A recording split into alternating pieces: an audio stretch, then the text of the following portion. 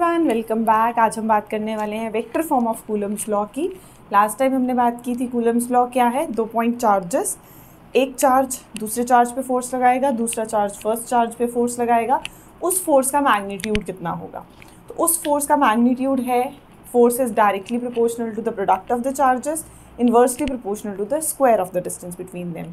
तो हमने कैलकुलेट किया था F is equal to K Q1 Q2 by R square. हमने बोला ये जो फोर्स है ये कैसी है, कंजर्वेटिव फोर्स है, इन्वर्स स्क्वायर लॉ फॉलो करती है, और एक पार्टिकल का जो प्रेशर है वो दूसरे पार्टिकल के प्रेशर पे इफेक्ट नहीं डालता कुछ भी ऐसा। तो हम पॉइंट चार्जेस कंसिडर कर रहे थे। पॉइंट चार्जेस मतलब जो अपने साइज़ मतलब अपने मैग्नीट्यूड के अकॉर्डिंग उनके बीच में जो डिस्टेंस है वो कंपैरेटिवली बहुत ज़्यादा हो जाएगा, तो वो पॉइंट चार्ज होगा। रेस्ट पे होने चाहिए पॉइंट चार्जेस। तो हमारे पास 3 केस बन सकते हैं, या तो दोनों चार्जेस मोशन में, या दोनों रेस्ट में, या एक रेस्ट एक मोशन में। तो दोनों मोशन नहीं लगेगा कूलम्स लॉ, बट दोनों रेस्ट पे होंगे तो हमारे पास कूलम्स लॉ एप्लीकेबल है। एक रेस्ट पे है एक मोशन पे है तब भी हम कूलम्स लॉ अप्लाई कर देते हैं। तो मीन्स हमारे पास जब हम कूलम्स लॉ की बात कर रहे हैं तो उसमें अब आगे आ जाता है vector form of Coulomb's law. तो चलिए स्टार्ट करते हैं। Vector form of Coulomb's law में हम क्या कंसिडर करेंगे कि हमारे पास मान लो 2 चार्जेस हैं, पॉइंट चार्जेस, एक है Q1 दूसरा है Q2, और जो Q1 है उसका जो पोजीशन वेक्टर है ओरिजिन से वो कितना है R1 वेक्टर, और Q2 का पोजीशन वेक्टर है R2 सेम ओरिजिन से। अब 2 चार्जेस हैं, दोनों चार्जेस एक दूसरे पे फोर्स अप्लाई करेंगे। तो अगर मैं किसी पे फोर्स लगाऊंगी तो मैं अपने से ऑपोजिट फोर्स अप्लाई करूंगी। तो मतलब Q1 Q2 पे फोर्स लगा रहा है, Q1 Q2 पे फोर्स लगा रहा है, किस डायरेक्शन में है, Q2 की तरफ अप्लाई हो रही है। Q1 Q2 पे फोर्स अप्लाई करेगा तो मैं खुद से दूर फोर्स लगाऊंगी। ये फोर्स मतलब ये मार कौन खा रहा है, सेकंड खा रहा है, और अप्लाई कौन कर रहा है, फर्स्ट अप्लाई कर रहा है। तो ये हो गई direction force on two due to 1। अब अगर बात करें 2 1 पे फोर्स लगाएगा तो जब 2 1 पे फोर्स लगाएगा तो कैसी फोर्स लगेगी, 1 की तरफ अप्रोचिंग। तो 1 पे फोर्स लग रही है मतलब हमारे पास फोर्स ऑन 1 ड्यू टू 2। तो ये आ गई हमारे पास फोर्सेस, 2 फोर्सेस जो हमने लास्ट टाइम भी स्टडी की थी। हमें पता है कूलम्स लॉ में जो हमारी इलेक्ट्रोस्टैटिक फोर्स आती है वो कैसी फोर्स है, वो न्यूटन्स 3rd लॉ फॉलो करती है, एक्शन रिएक्शन फॉलो करती है। तो every action there is equal and opposite reaction. अगर ये इस पे फोर्स लगा रहा है तो ये चुप नहीं बैठेगा, ये भी वापस इसको बैक फोर्स लगा रहा है with same magnitude but in opposite direction. तो हमने बोला कि Q1 पे जो फोर्स लग रही है 2 की वजह से इस तरफ अप्रोच कर रही है, 1 पे जो लगेगी अवे, 1 से खुद से अपनी दूर लगाएगा, तो मतलब अपने से दूर लगा रहा है, Q2 पे फोर्स अप्लाई कर रहा है। अब हमारे पास जो 1 फोर्स लगा रहा है 2 पे, वो फोर्स स्टार्ट कहाँ से हुई, 1 से 2 की तरफ, 1 से 2 की तरफ, 1 से 2 की तरफ।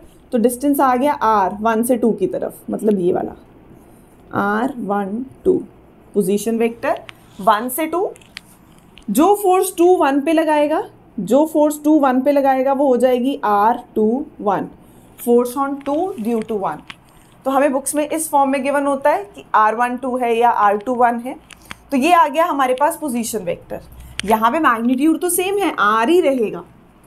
1 से 2 तक का डिस्टेंस और 2 से 1 तक का डिस्टेंस तो सेम है, बट हम पोजीशन वेक्टर की बात कर रहे हैं, वेक्टर क्वांटिटी ले रहे हैं, तो दोनों में अगर मैग्नीट्यूड है तो डायरेक्शन भी होगी।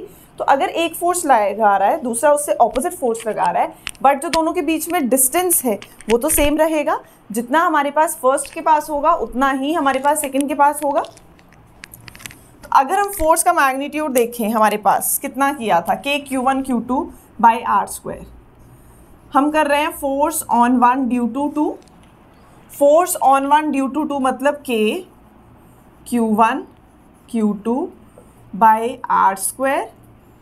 1 फोर्स एक्सपीरियंस कर रहा है, 2 से फोर्स 1 की तरफ आ रही है, तो मतलब हमारे पास क्या आ गया, R21 square with R21 cap.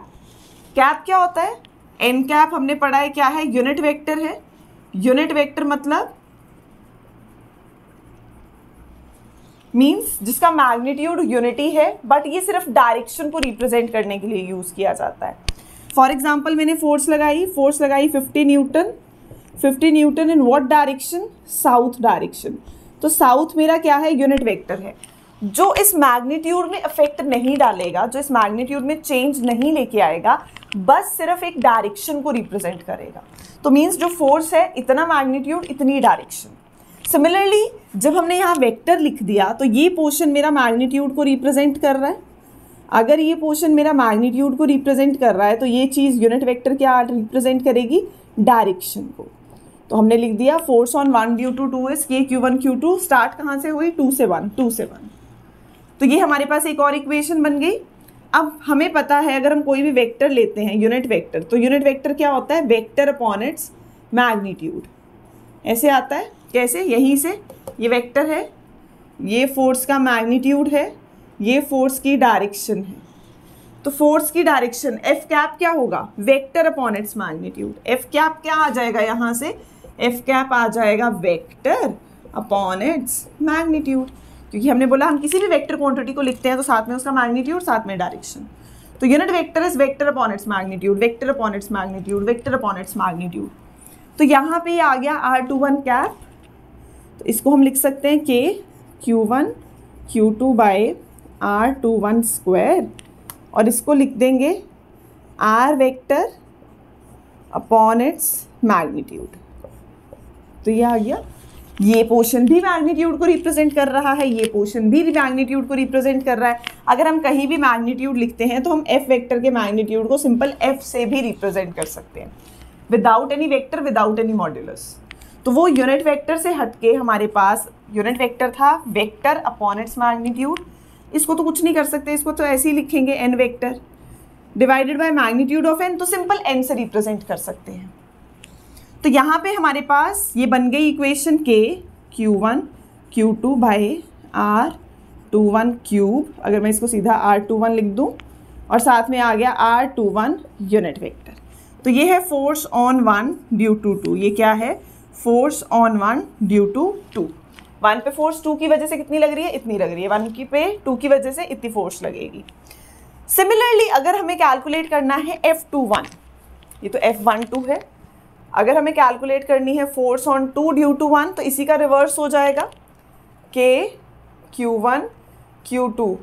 मार कौन खा रहा है, 2। कौन मार रहा है, 1। फोर्स कहाँ से शुरू हुई, 1 से। मैंने मारना शुरू किया, डिस्टेंस कहाँ से शुरू हो रहा है, मेरे से। मैंने किसी को हिट किया, मैं फोर्स अप्लाई कर रही हूँ, तो मेरा नाम बाद में, जो एक्सपीरियंस कर रहा है उसका पहले। बट फोर्स मुझसे शुरू होके सामने वाले पे जा रही है, मुझसे शुरू होके सामने वाले पे जाएगी, मीन्स हमारे पास क्या आ गया, R12 स्क्वायर और R12 कैप।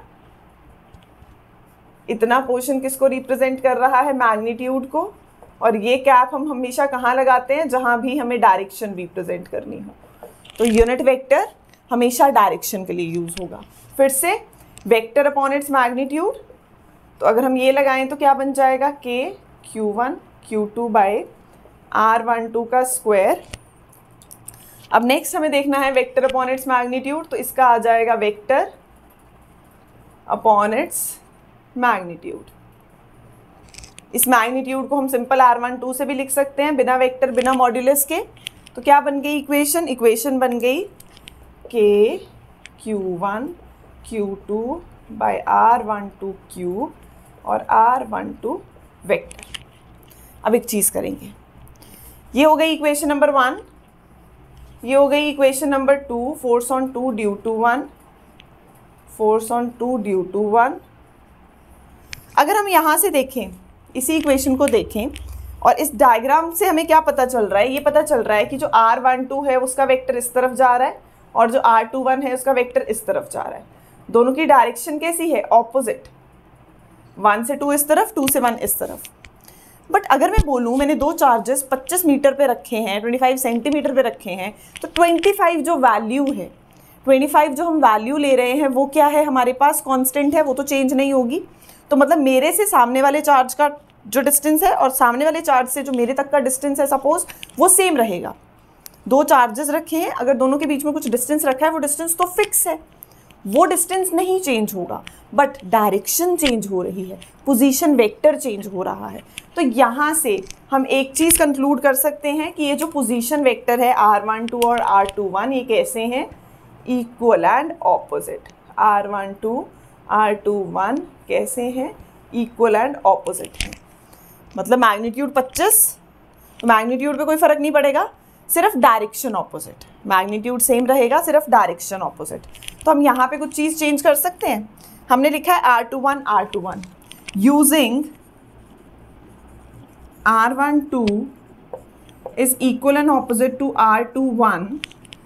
याद रहे मैग्नीट्यूड सेम है, सिर्फ डायरेक्शन चेंज हो रही है, मैग्नीट्यूड सेम है, सिर्फ डायरेक्शन चेंज हो रही है।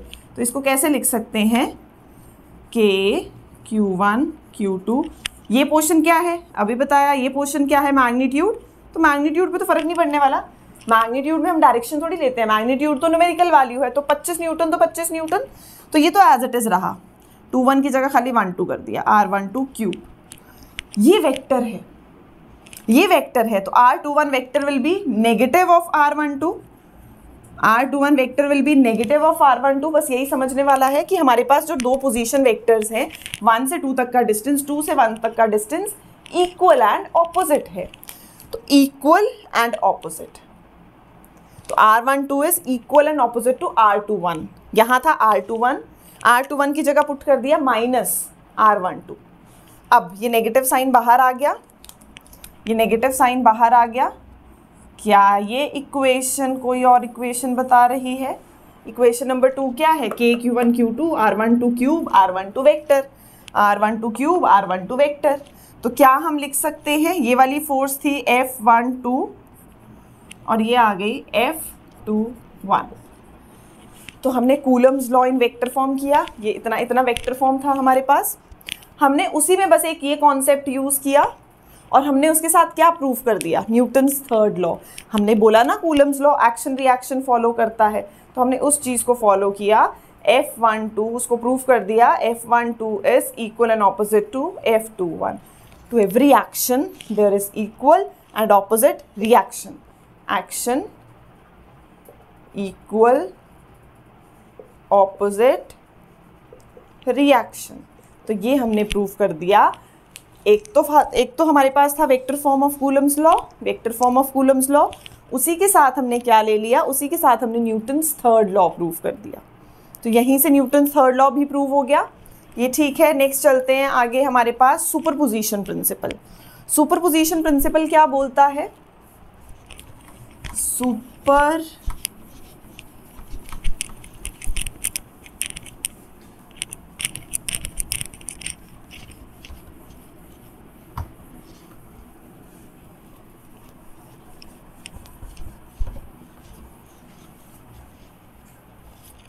सुपरपोजिशन प्रिंसिपल मतलब सुपरपोजिशन प्रिंसिपल, मान लो हमारे पास कोई एक टेस्ट चार्ज है, बेबी चार्ज है छोटू सा, इसके आसपास हमने बहुत सारे चार्जेस रख दिए, Q1 Q2 Q3 Q4 Q5। तो ये Q1 भी Q0 पे फोर्स लगाएगा, मान लो इन दोनों के बीच में डिस्टेंस R1 है, Q2 भी Q0 पे फोर्स लगाएगा, मान लो इनके बीच में डिस्टेंस R2 है, सिमिलरली Q3 भी लगाएगा, R3 है, Q4 भी लगाएगा, R4 है, Q5 भी लगाएगा, R5 है। So the force experienced by this baby charge Q0 test charge, एक बंदे को मिलके 5 लोग पीट रहे हैं, उन पे 5 तरह की फोर्सेस के इफेक्ट नज़र आ रहे हैं। बात कर रहे हैं सेम चार्जेस की, एक ही बेबी चार्ज, इस पे 5 लोग फोर्स लगा रहे हैं।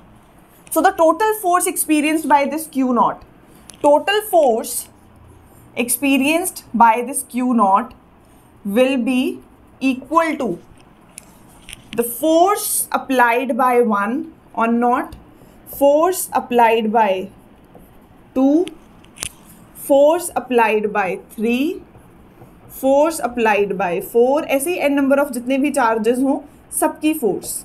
तो force experienced by this Q0, not 1 की वजह से 0 पे कितनी लग रही है, 2 की वजह से नॉट पे कितनी लग रही है, 3 की वजह से कितनी लग रही है, 4 की वजह से कितनी लग रही है, 5 की वजह से कितनी लग रही है, उन सब का वेक्टर सम। ये है superposition principal.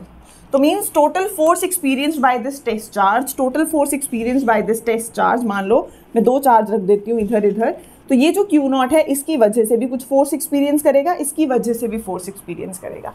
What will be the net force? Net force will be equal to the sum of vector sum of all the individual forces applied on this test charge. तो मतलब जितने भी forces लगेंगी, 10 लोग मारेंगे तो 10 के निशान पड़ेंगे, तो 10 फोर्सेस एक्सपीरियंस कर ली. तो ये हमारे पास Q नॉट, इसने 5 की वजह से फोर्स एक्सपीरियंस की है. तो इसने जो 5 की वजह से फोर्स एक्सपीरियंस की है, vector sum total experience by this Q not, total force experienced by this Q not will be equal to the vector sum of all the individual forces. तो vector sum मतलब same formula, k q naught q1 distance आ जाएगा r1 square, k q naught q2 distance आ जाएगा r2 square, साथ में यहाँ r1 क्या आप ले सकते हैं, r2 क्या आप ले सकते हैं, एंड सो ऑन. तो ये हमारे पास क्या हो गया, वेक्टर सम हो गया of all the individual forces. चलिए बेटू बाकी करेंगे नेक्स्ट टाइम. बाय.